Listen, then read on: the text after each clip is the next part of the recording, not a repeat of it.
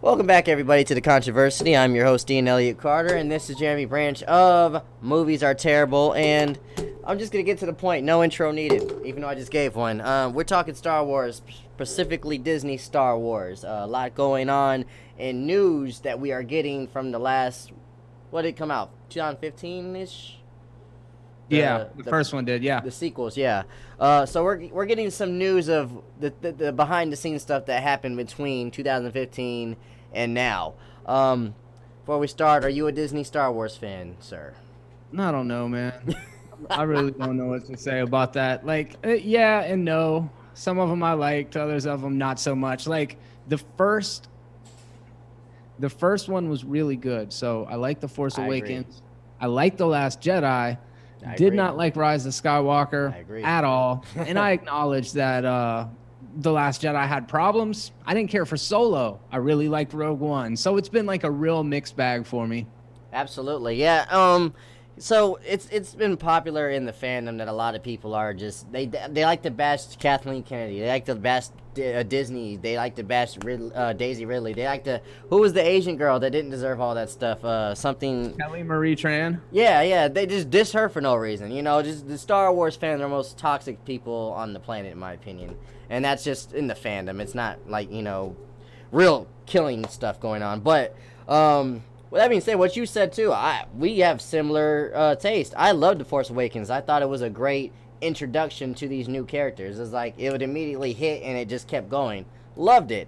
I liked The Last Jedi. A lot of people hated that movie. I thought it was a good movie, and I hated the Rise of Skywalker. Rise of Skywalker definitely showed that there was no direction in this whole trilogy. And so I wanted to talk about two things that are trending within the last couple weeks. Last week we got John Boyega talking about his Star Wars experience, and then yesterday we got Daisy Ridley talking about her confusion with some of these Star Wars movies. So let's start with John Boyega. So, are you familiar with what he said last week? Vaguely. Refresh my memory. I know it had something to do with the fact that he felt that his character got sidelined, which he did, but tell me the specifics. I don't know. Okay, so he was basically saying that Disney used his race and Kelly Marie Tran and even Oscar Isaac's race to do a lot of the promotion for Star Wars. When you read that title, I first got confused. I was like, what is he talking about? But then he started explaining a little bit more. I think he was talking to Variety, I believe. He said they would use their promotion, like the trailers or like, of course, like copies of paper stuff that they would use. They would put him in the front and make it look like he's like the main character, which I didn't think about that until after he said that. The Force Awakens, if you could bring it back to 2015, I remember seeing that trailer. Great trailer, didn't really tell you anything about it, got me intrigued. I honestly thought the story was about him when I saw the trailer, because I saw him with a lightsaber fighting Kylo Ren at the end. You didn't really see Daisy Ridley in the trailer, so they really marketed like this was his story. It wasn't. I remember that exact same thing. There was conversation about, are we gonna have not our first Black Jedi, but are we gonna have a Black Jedi that's wielding a lightsaber in it? Because a lot of the promotional material, it was definitely leading us to believe that he was at the very least going to be Force sensitive in a way that's more overt than what we finally get in the payoff. Oh, for sure. And I think we were all excited too, like not because he's black. A lot of people were happy because he was black. We can't say that they weren't. A lot of people were upset for some reason that he was a Black Jedi. But I think the more people were excited for was a stormtrooper leaving the Empire to be, in this world of the light side. I thought that was an amazing concept and an idea. I was there for that all day. But then after The Force Awakens, he just kind of got tossed to the side as the guy that yells, "Rey!" or "Where's Peeta?" Yeah. What's another one that people he's just a side character, which I thought he deserved a lot better than that. Like, of course, Luke was the main character of the original. But Han Solo definitely left his mark. Princess Leia definitely left his mark. The droids, they left their fucking marks. What did John Boyega really leave his mark in Star Wars, in your opinion? I don't know. That's kind of a loaded question because on one hand, I really like what they did with him in The Force Awakens. They used the character relatively well. Mm-hmm. He had some pretty strong scenes in that. He got to face off against Kylo Ren. Dope. When you get to The Last Jedi, as I mentioned, I really like that movie, but the Kelly Marie Tran, John Boyega storyline is a problem. It just feels like, all right, we've got Pointless. these two minority characters. Mm-hmm. We got to do something with them, but it can't mess with the real story that we have going on over here. So let's just put them off on some whack side quest where they're going to get to find Casino the Plano. Keymaster, and then there's another Keymaster, and coincidentally, he's also a minority. You got Benicio del Toro. So it's like they just relegated all of the non-white actors. Like y'all go do some other shit. We don't know. And then in The Last Jedi or in Rise of Skywalker, they did some more fan servicey payoff stuff with the dude. I can't even barely remember that movie. So many things happen. But at one point, they're like riding these tusked horse on the back of a Star Destroyer, and I know there's like a black girl leading the army, so I guess they're like, here, you can throw you a bone here. But that's an interesting debate. I mean, not even debate. That's an interesting conversation. So is what he's saying that they used tokenism as a way of bringing in minority fans to say, look, here's your representation, and then they didn't get the development that they should have? Which I think is so stupid because I'm a huge Star Wars fan. I've been one my whole life. I felt like that series and even Star Trek in general have the most diverse fan base. I mean, he did get a lot of racism, especially like on social media, where these with these pussies, they feel like the internet's a bulletproof vest. So they did say a lot of racial things toward him, you know. And he made a point too, like, you know, he was like the only cast member, like, didn't do nothing to nobody, that people would just attack just for being black in Star Wars, which is stupid. Of course, we've had Lando, we've had Samuel L. Jackson, some of the two coolest people on the planet were in Star Wars, and I feel like John Boyega is a pretty cool guy. But he did make a point that, like, a lot of racial thing happened toward him during the promotion of this movie. He had to continue to debate this. Nobody else had this attack. That sucks for him as well. And then the marketing, as well as we just talked about, was leaning a lot toward the minorities. Disney knows how to market people. But, I don't know, I just felt like they deserved better. We both liked Force Awakens. It was a good introduction, but it was kind of a misleading switch that they did on us. No, I agree. I feel like they really should have kept the story on Finn and Rey a lot more than they did. Really became the Kylo Ren show. We're about to I know in a second we're going to transition into something that speaks to this, but like they didn't have a very strong and concise framework of what they were doing going into it. And because shit was constantly getting shifted around, I have a feeling that a lot of the stuff just got kind of lost in translation or like pushed to the wayside, because Rian Johnson obviously was interested in telling a very different story, and it really didn't have a place for Finn and Rose in it. And I don't know if that's problematic. I have no idea. What I do know is what he said is valid. I understand why he feels that way, because we were very much led to believe that the main characters were going to be Rey and Finn. Right. And the main characters ended up being Rey and Kylo Ren. Yeah. And, I mean, in this transition, too, we could just talk about the overall structure of how Disney handled it. I'm not here to bash Disney. Disney has given us some of the greatest content ever. I'm not here to bash Star Wars. I love Star Wars with all my heart. I love everybody that was involved in Disney Star Wars. I like Daisy Ridley. I like John Boyega. I like, all those guys are great actors, and they're just playing their parts. With that being said, though, it does show at the end in The Rise of Skywalker that there was no fucking plan. Like, and it's okay to have different visions. That's why I don't hate The Last Jedi, and that's why I don't hate The Force Awakens. But if you say something like, hey, you could do whatever you want with this movie, your vision of Star Wars, but make sure you keep this person alive, or make sure this person goes there or there. Whatever you do in between, that's on you. Because that's kind of that's what Marvel does. I feel like if they would have just did that way, people would not have hated The Last Jedi as much, and I feel like it would have gone to a good road. But Kathleen Kennedy just like, hey, directors, you guys have a good resume. Do whatever you want. We'll just pass the baton every time there's a movie. And that is not the way to go. Unless you're what were they, Lord and Miller, who apparently were not able to go their own way because Larry Kasdan was breathing down their neck constantly. They had a screenwriter that had always been attached to the project there that was not feeling how comedic they were making the movies, so they got railroaded. But I do feel like Rian Johnson has to shoulder a little bit of the responsibility for this because he's the reason the trilogy was broken. And that's the reason why I like The Last Jedi, because you're not here to bash Star Wars and you're not here to bash Disney. I assume that's why you brought me here, because I can't stand it. I am so over it, man. Like, it's exhausting. It's exhausting. It is.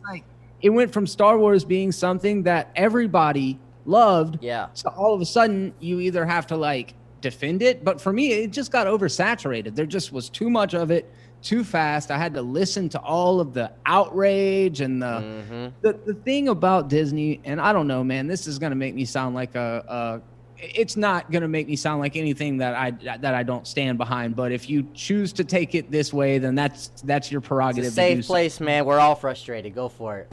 I don't like how Disney puts identity politics in as a shield in front of their shitty products. I don't appreciate it. I don't want to be told like, oh, this movie's important for diversity, so if you say it sucks, then all of a sudden you're a bigot. And it's like, ridiculous. Fine, as long as you make great movies. But if you're going to give me Captain Marvel and then call me a sexist because I say the fucking movie sucks, that's on you, dude. It ain't a good movie.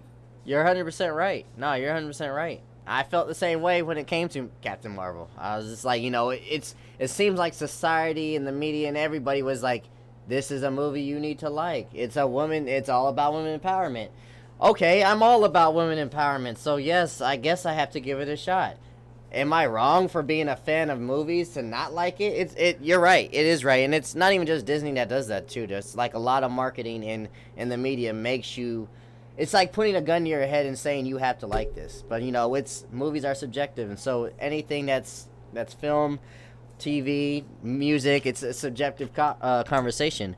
But no, I'm frustrated like you, and I'm even more mad. I was mad last week when I heard John Boyega say that, but yesterday, when Daisy Ridley gave us this information of what was on the cutting room floor a little bit, it really did show. What happened?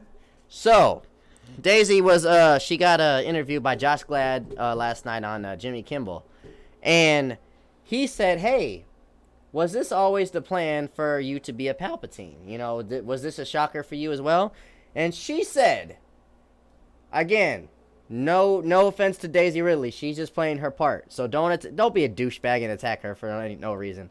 But she said there was talks of her being a Kenobi, which I did call, by the way. I just want to circle it real quick. She has the British accent. She was scaling walls, and she was really good with the Jedi mind tricks. It was 100% Ben Kenobi. I mean Obi-Wan Kenobi. With that being said, though, the fact that they were like trying to juggle that and didn't even have an answer for that before The Rise of Skywalker, 2 movies in, that really shows some fuck shit going on in Disney. What the hell? What do you mean you didn't know? Like, how do you give us this big bomb of, hey, she has force powers and she could be connected to somebody. Where's this girl? She's a big mystery. And not even know yourself. Nah, you're right. You're right. It's crazy. So mad. At first, I want to be like, that's a superficial comparison to say, oh, yeah, she talks British, so she must be a Kenobi. Yeah, I mean, yeah. You're right, though. In the context of the story, it would have made so much more sense.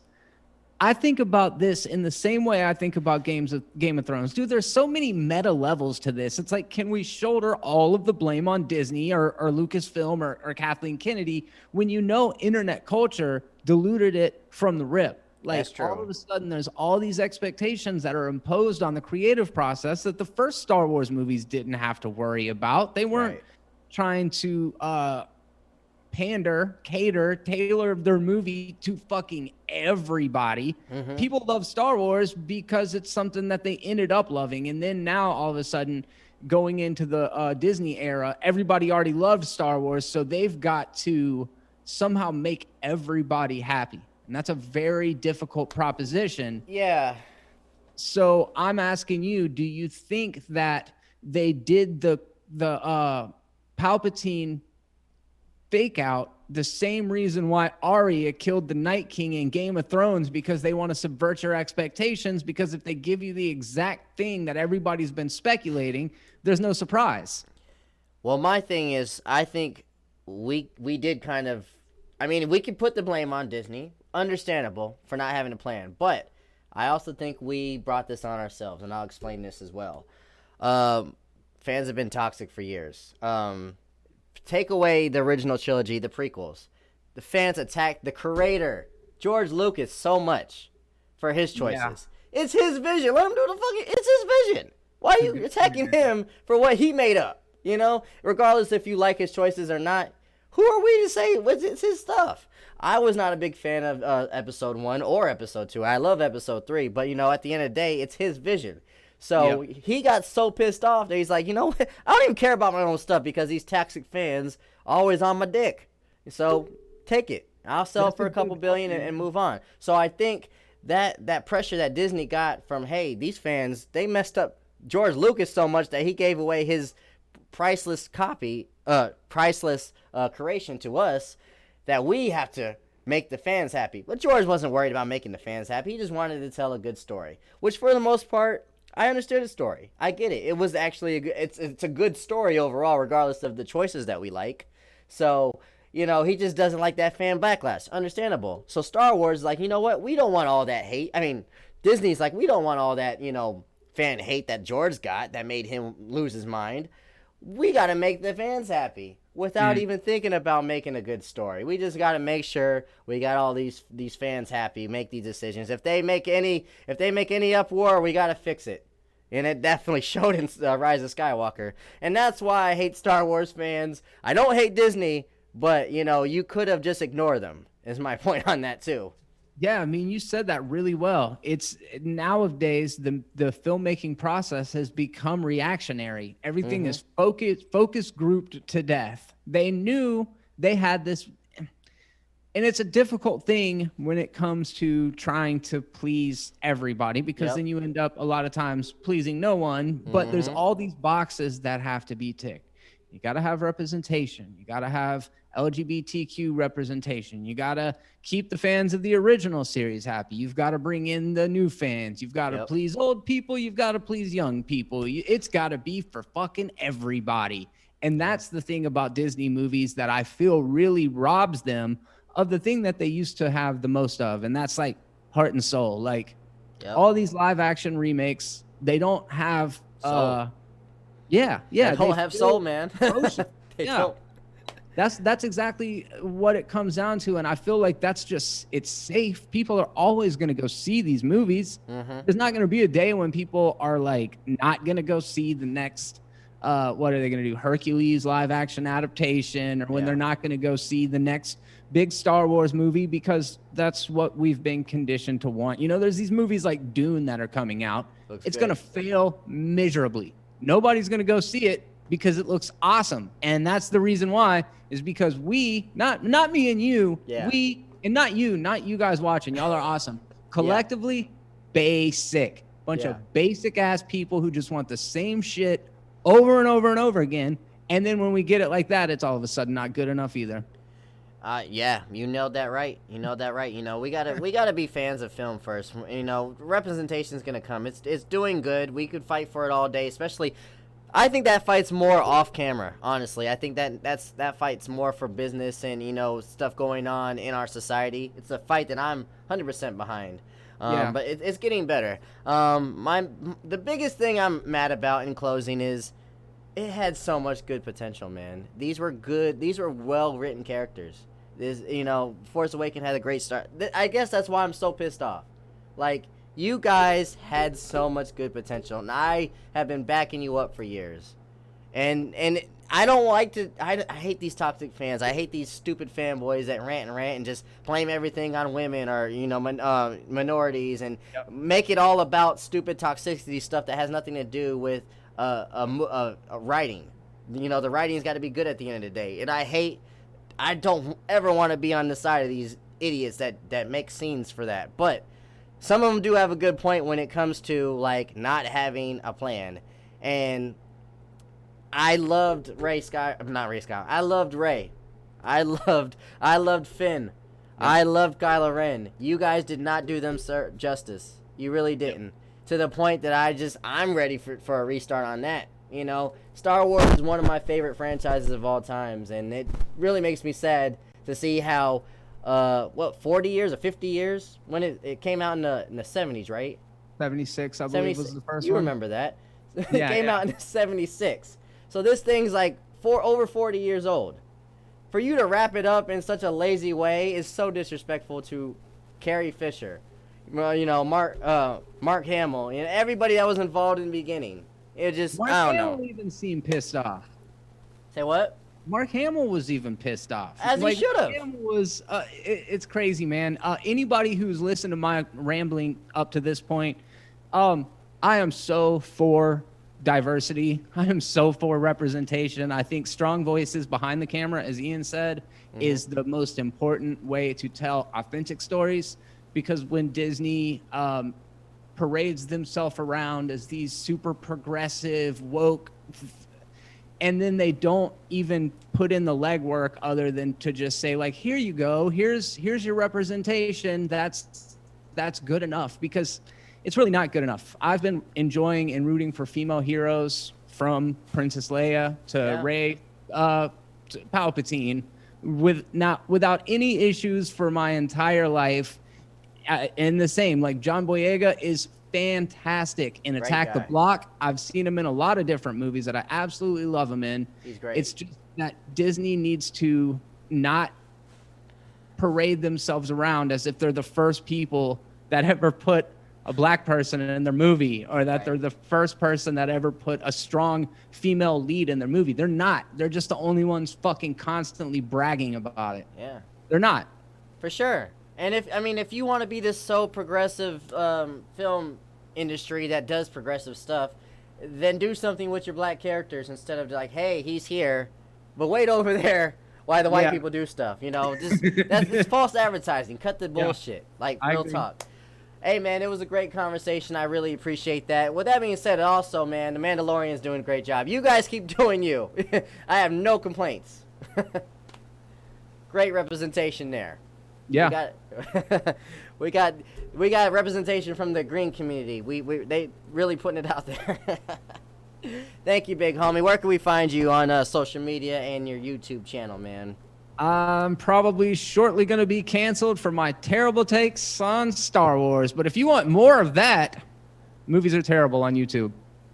Right on, man. Help keep your brother out the streets. Subscribe to my dad's YouTube channel. Love, peace, and chicken grease.